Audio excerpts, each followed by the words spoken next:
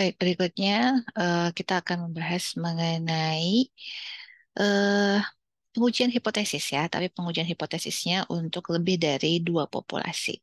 Pengujian hipotesis rata-rata untuk lebih dari dua populasi atau yang disebut dengan metode ANOVA atau analisis of variance atau analisis keragaman yang untuk menguji perbedaan rata-rata lebih dari dua populasi.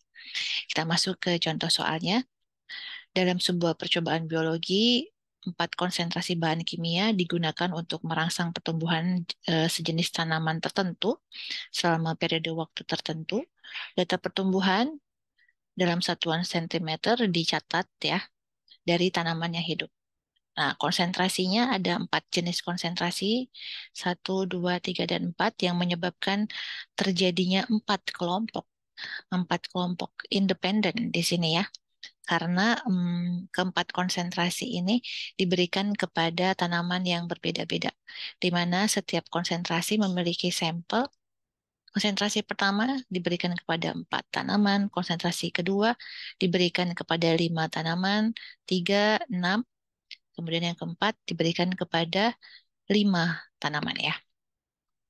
Yang mau kita uji adalah apakah ada perbedaan rata-rata pertumbuhan yang disebabkan oleh keempat jenis konsentrasi bahan kimia tersebut. Jadi apakah konsentrasi bahan kimia ini mempengaruhi rata-rata pertumbuhan dari tanaman-tanaman ini ya, dari kelompok-kelompok tanaman ini. Ada empat kelompok jadi. Jadi kita ketahui bahwa kelompok tanamannya ada empat, yang masing-masing kelompok diberikan treatment konsentrasi yang berbeda-beda sesuai dengan jenis konsentrasinya. Kemudian kita akan gunakan taraf nyata atau taraf signifikansinya sebesar alfanya adalah 0,01 ya. Kemudian hipotesis nolnya, cara menulisnya seperti biasa, kalau hipotesis nol itu harus ada sama dengannya karena ada lebih dari dua populasi, maka menulisnya adalah seperti ini.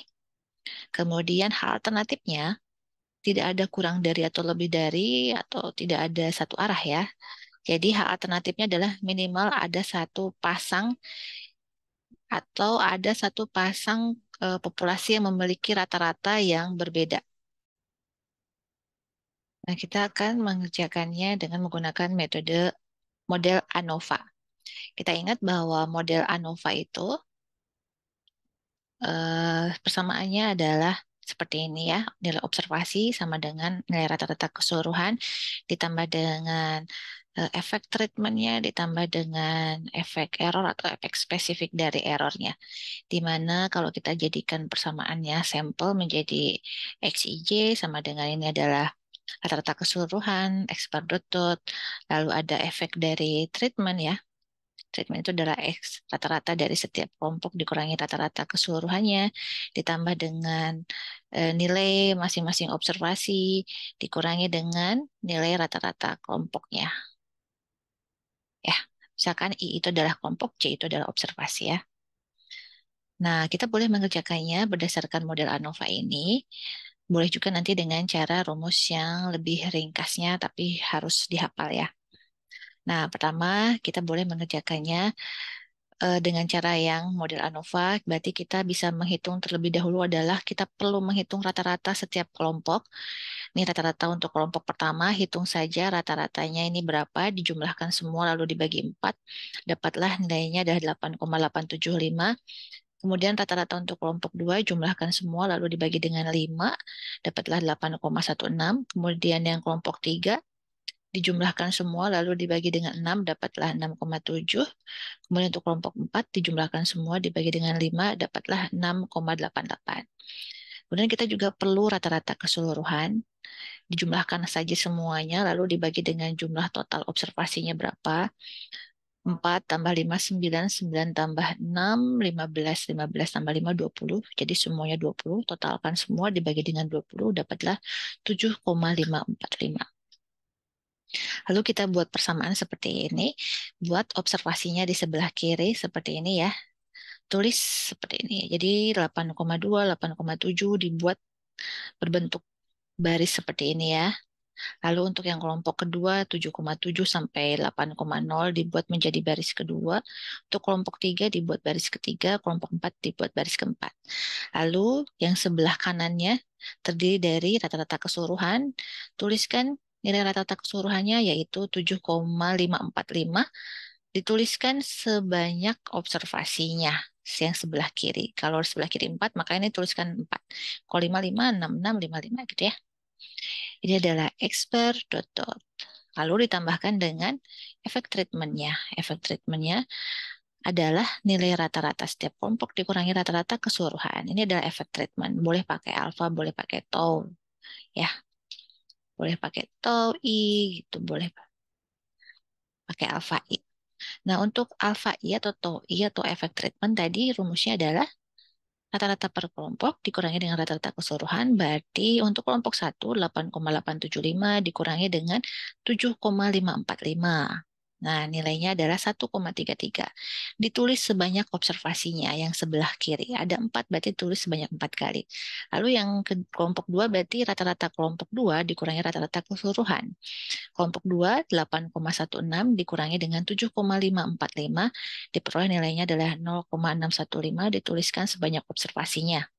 Begitupun yang ketiga, berarti 6,7, 6,7 dikurangi dengan 7,545.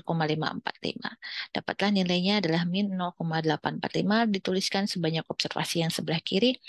Kemudian yang terakhir adalah 6,88 dikurangi 7,545, diperoleh nilainya adalah min 0,665, ditulis sebanyak observasinya yang sebelah kiri. Oke, itu adalah untuk efek treatment.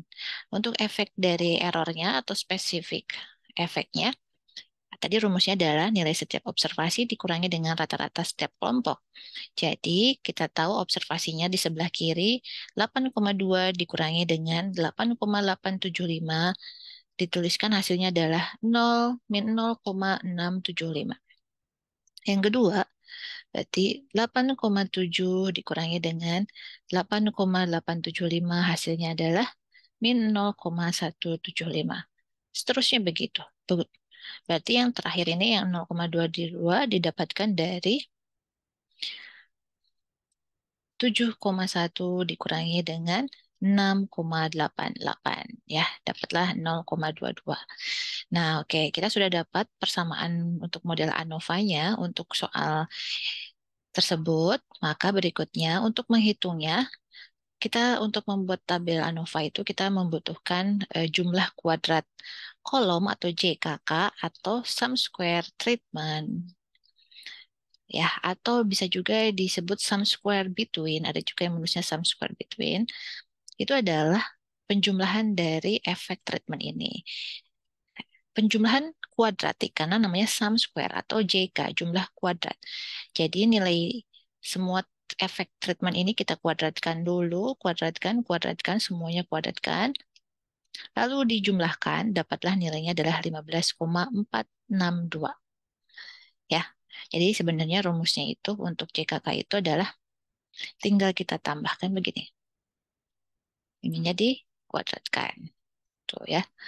Lalu untuk yang efek berikutnya yang kita ketahui adalah efek residual yang akan menjadi nilai jumlah kuadrat galat atau sum square error. Sum square error berarti kuadratkan dulu, lalu dijumlahkan. Jadi rumusnya sebenarnya di sini adalah ini ada sigma, sigma, sigma, sigma dikuadratkan. Tuh, ya. Dapatkan nilainya jumlah kuadrat galatnya adalah 3,8875. Nah, jumlah kuadrat totalnya sebenarnya bisa dihitung dari eh, jumlah kuadrat yang observasi dikurangi dengan overall min-nya, jumlah kuadrat overall min-nya juga.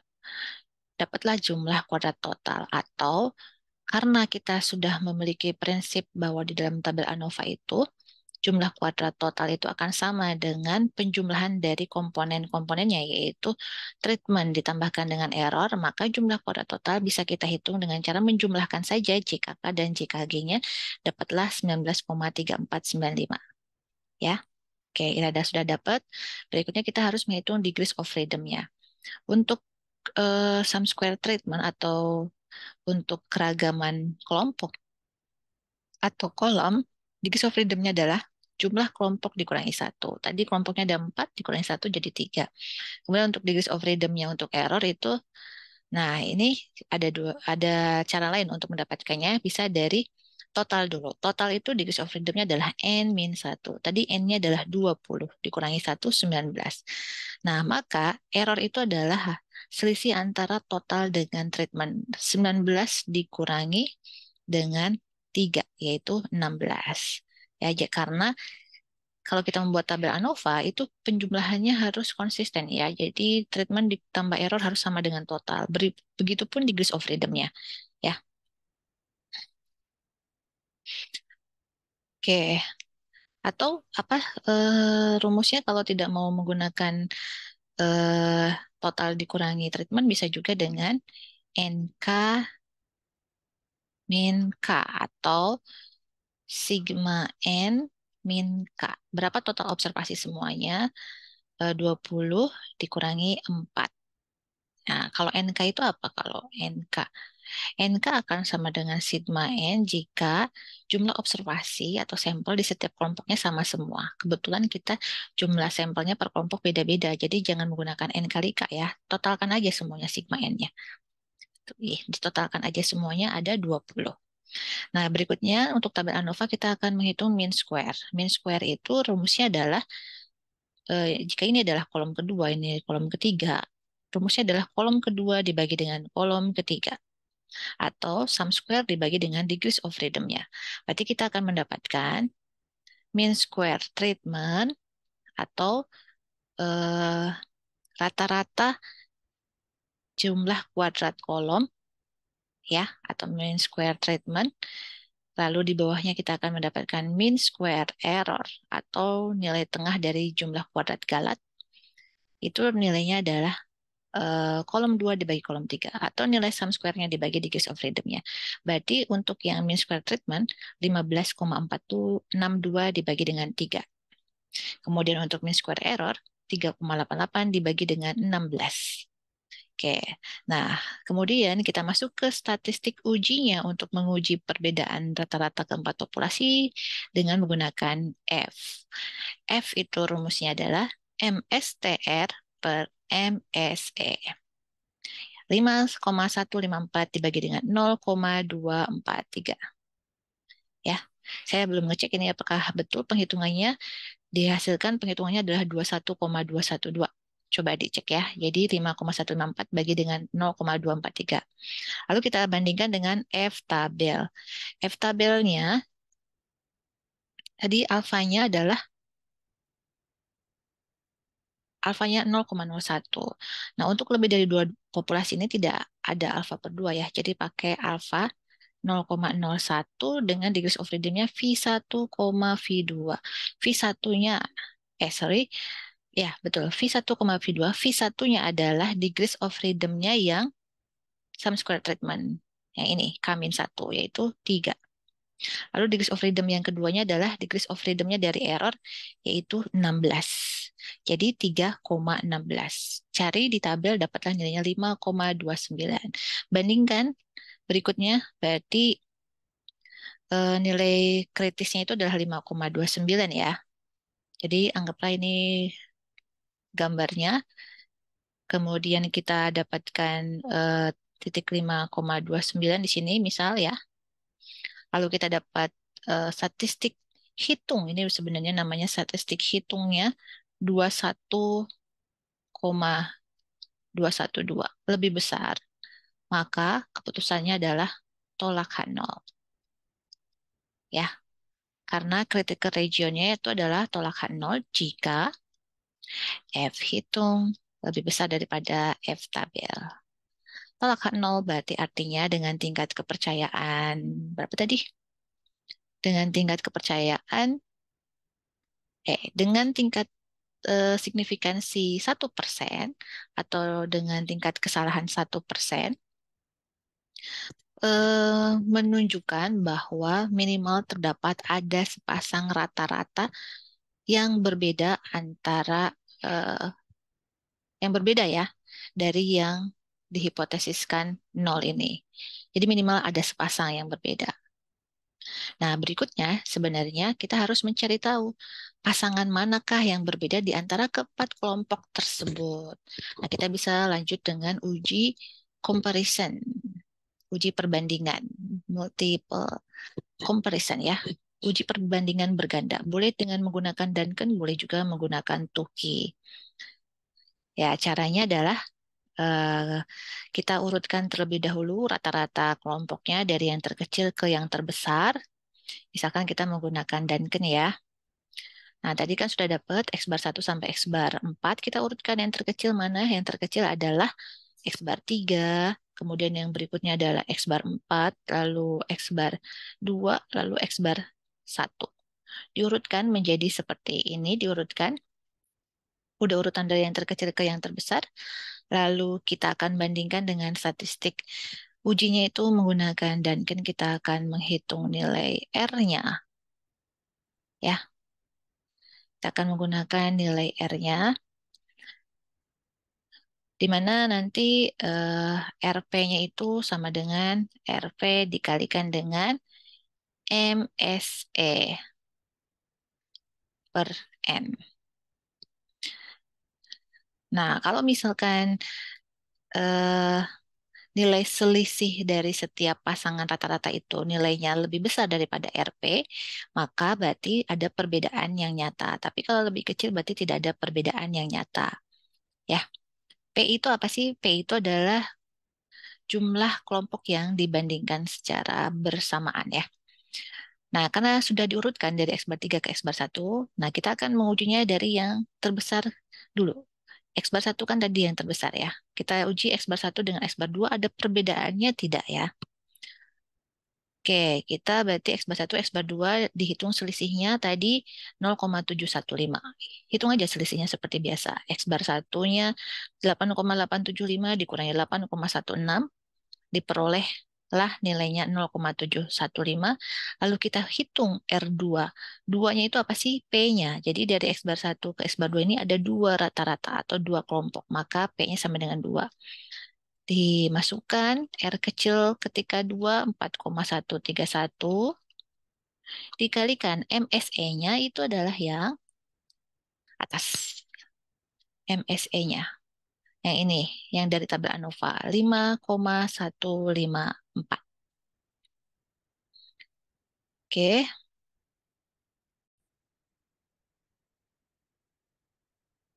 MSE-nya tadi adalah 5,154. Nah, ini kan harusnya dibagi dengan N ya. Dibagi N kalau misalkan ukuran sampel untuk setiap kelompoknya sama semua. Tapi kalau berbeda bagaimana? Kalau berbeda berarti kita harus kalikan dengan masing-masing N-nya. N untuk yang kelompok satu berapa, untuk kelompok dua berapa. Jadi untuk kelompok satu adalah 4 ya, 4 dan 5 ya. Berarti 1/4 ditambah dengan 1/5. Tapi kan menjadi 2 ya. Nah, untuk menyamakan dengan persamaan asalnya, maka di bawahnya menjadi dibagi dengan 2 ya. Nah, itu akan didapatkan nilainya berapa, kita hitung. Anggap ini hitungannya sudah benar, saya juga belum mengecek hasil hitungannya, yaitu 0,96 dibandingkan dengan 0,715. Dia lebih kecil, berarti kalau lebih kecil tidak rata-rata untuk populasi satu dan populasi dua tidak berbeda nyata ya, berdasarkan dari sampel yang kita miliki ya, tidak berbeda nyata, berarti sama. Oke, berarti bukan pasangan ini yang menyebabkan kita menolak H0 di uji ANOVA-nya tadi ya. Berikutnya kita akan menghitung X bar 1 dengan X bar 4. Oh ya, untuk tidak berbeda nyata, kita bisa berikan garis bawah untuk menandai bahwa kedua kelompok ini sama. Jadi kalau ada garis bawahnya berarti sama. Kalau tidak digaris bawahi berarti berbeda ya. Sekarang X bar 1 dengan X bar 4. X bar 1 dengan X bar 2 sama, belum tentu dengan X bar 4 sama ya. Berarti kita uji X bar 1 dengan X bar 4. Selisihnya adalah 1,995 untuk rata-ratanya. Tadi hitung aja X bar 1-nya berapa. 88 dibagi 8,8 dikurangi 6,88. diperoleh nilainya adalah 1,995, dihitung R3. Kenapa P-nya 3? Karena ketika kita membandingkan 1 dan 4, kita secara bersama-sama itu mencakup 3 kelompok. Ya, kan multiple comparison ya, X bar 1, X bar 2, X bar 4. Jadi P-nya adalah 3. Berarti nanti kita akan menghitung RP-nya pada saat P-nya sama dengan 3. Ya, lalu kita masukkan MSE-nya per Nah, ini kita memasukkan N-nya untuk yang kelompok 1 dan kelompok 4. Tadi kelompok 1 itu adalah 4, N-nya kelompok 4, N-nya berapa? Kelompok 4, N-nya adalah 1, 2, 3, 4, 5. Kebetulan sama, sama 5. Kebetulan sama nih ya, sama dengan yang kelompok 2 ya. Jadi bukan berarti ini yang nggak diubah, tapi kebetulan N4-nya sama dengan 5. Lalu kita lihat bandingkan 1,99 dengan R3-nya 1,007, nilainya lebih besar, berarti berbeda, berbeda nyata ya. Nah, kemudian dihitung lagi X bar 1 dengan X bar 4 kan berbeda, jadi tidak usah digarisi. Sekarang X bar 1 dengan X bar 3 perlu nggak? Sebenarnya X bar 1 dengan X bar 3 nggak perlu dihitung. Kalau dengan X bar 4 saja sudah berbeda, pasti dengan X bar 3 juga berbeda. Jadi ini sebenarnya bisa di skip ya kalau berbeda. Kecuali kalau sama, kita perlu menguji lagi untuk X bar 3-nya. Berikutnya setelah habis untuk X bar 1, kita akan menghitung X bar 2 dengan X bar 4. X bar 2 dengan X bar 4, nilainya 1,28, R2-nya 0,91 dengan cara yang sama dengan yang tadi. Berarti nilainya lebih besar, berarti berbeda nyata ya. Ini berbeda, ini juga berbeda. Oke, untuk berikutnya adalah tadi X bar 2 dengan X bar 4 berbeda ya. Kalau dengan X bar 4 aja berbeda, pasti dengan X bar 3 juga berbeda. Jadi X bar 2 dengan X bar 3 nggak usah dihitung. Ya, berikutnya adalah X bar 4 dengan X bar 3. Jadi X bar 2 sama X bar 3 boleh di skip. X bar 3 boleh di skip, tuh pasti berbeda. Sekarang X bar 4 dengan X bar 3. X bar 4 dengan X bar 3, 0,18. R-nya. Kenapa ini R-nya 1 ya? Ini harusnya R-nya 2 dong. Coba tadi 24, 2. 43 juga harusnya 2. Nih, bukan 1, 2. Anggaplah ini hitung-hitungannya sudah betul. 0,8. Nilainya lebih kecil berarti tidak berbeda nyata. Berarti kita boleh kasih garis. Jadi kesimpulannya apa? Berarti ketika kita tolak H0 minimal ada sepasang yang berbeda, itu ternyata yang berbeda itu banyak ya. Yang berbeda itu adalah eh, X bar 1 dengan X bar 4, X bar 1 dengan X bar 3, X bar 2 dengan X bar 4 ya. X bar 2 dengan X bar 3. Lebih banyak yang berbeda dibandingkan dengan yang sama. Kalau yang sama hanya ada 2 pasang, yaitu X bar 1, X bar 2, dan X bar 4, dan X bar 3. Jadi kalau kita mau menyimpulkan dari data yang kita miliki itu, yang memiliki kesamaan rata-rata itu adalah X bar 1, X bar 2, X bar 3, dan X bar 4. Sedangkan yang lain, pasangan yang lain itu berbeda. Mana yang lebih besar? Nanti kalian bisa melihat berdasarkan urutan ini, karena sudah diurutkan. Misalkan, kalau X bar 1 dengan X bar 4 itu berbeda, berbedanya adalah X bar 1 lebih besar daripada X bar 4 gitu ya. Nah, demikian itu untuk analisis ANOVA dengan menggunakan pendekatan model ANOVA dalam pengerjaan tabel ANOVA-nya dan menggunakan metode Duncan untuk mengetahui pasangan mana yang berbedanya. Berikutnya adalah contoh untuk pengujian hipotesis beda rata-rata atau menguji kesamaan rata-rata lebih dari 2 populasi menggunakan metode analisis ANOVA, tetapi tidak menggunakan penyelesaian persamaan model ANOVA-nya ya. Kita menggunakan langsung rumus yang sudah jadi. Jadi di contoh soal ini terdapat informasi atau data mengenai tiga kelas nilai ya, nilai mata kuliah matematika dasar dari 3 kelas ya, yang diberikan oleh 3 dosen. Kita ingin mengetahui apakah rata-rata nilai dari ketiga kelas tersebut sama atau tidak, karena diampu oleh 3 dosen yang berbeda ya. Nah, diperoleh nilai-nilainya seperti ini, diperoleh berarti informasi untuk sampelnya setiap kelas berbeda-beda ya. Sampel 1 dari kelas 1 12, sampel 2 15, sampel 3 13. Nah, kita akan menguji hipotesis ANOVA yang tadi, yang H0-nya adalah mu1 sama dengan mu2 sama dengan mu3, di mana hal alternatifnya itu adalah minimal ada sepasang kelompok yang berbeda rata-ratanya. Nah, kita akan hitung indikator dari setiap kelompoknya, kita hitung rata-rata setiap kelompoknya, kelompok sampelnya ya, rata-rata kelompok 1, kelompok sampel 2, rata-rata kelompok sampel 3, rata-rata keseluruhannya, dan juga berapa jumlah sampelnya, N-nya. N besar di sini adalah jumlah sampel atau N. K-nya adalah jumlah kelompoknya 3, ya. Oke, nah ini akan menggunakan rumus yang sudah ada. Pertama, untuk jumlah kuadrat kelompoknya, kita menggunakan rumus sigma TI dot kuadrat per NI. TI itu adalah total. Total ya, TI dot.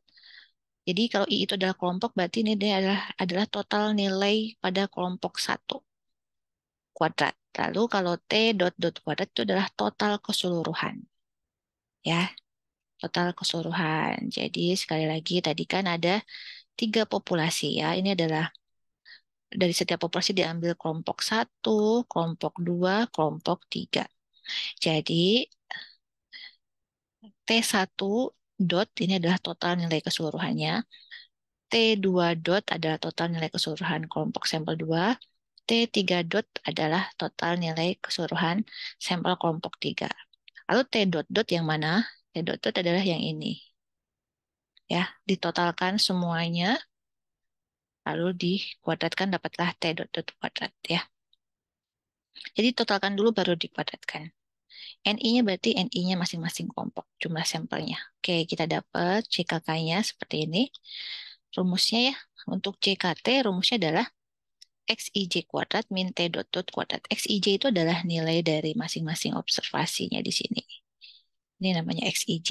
Nilai-nilainya dikurangi dengan T kuadrat dot dot. Nilai total keseluruhannya. Kita dapatlah JKT-nya. Lalu nanti untuk mendapatkan JK galat, tinggal JKT dikurangi JKK. Gitu ya. Oke, ini adalah cara kedua untuk model ANOVA. Langkah berikutnya bisa seperti tadi lagi ya, membuat tabel ANOVA-nya seperti yang tadi saya jelaskan. Lalu kalau tolak H0 dilanjutkan dengan analisis perbandingan multiple comparison-nya. Baik, itu saja untuk analisis pengujian kesamaan rata-rata lebih dari 2 populasi dengan ANOVA dan juga comparison multiple comparison-nya ya.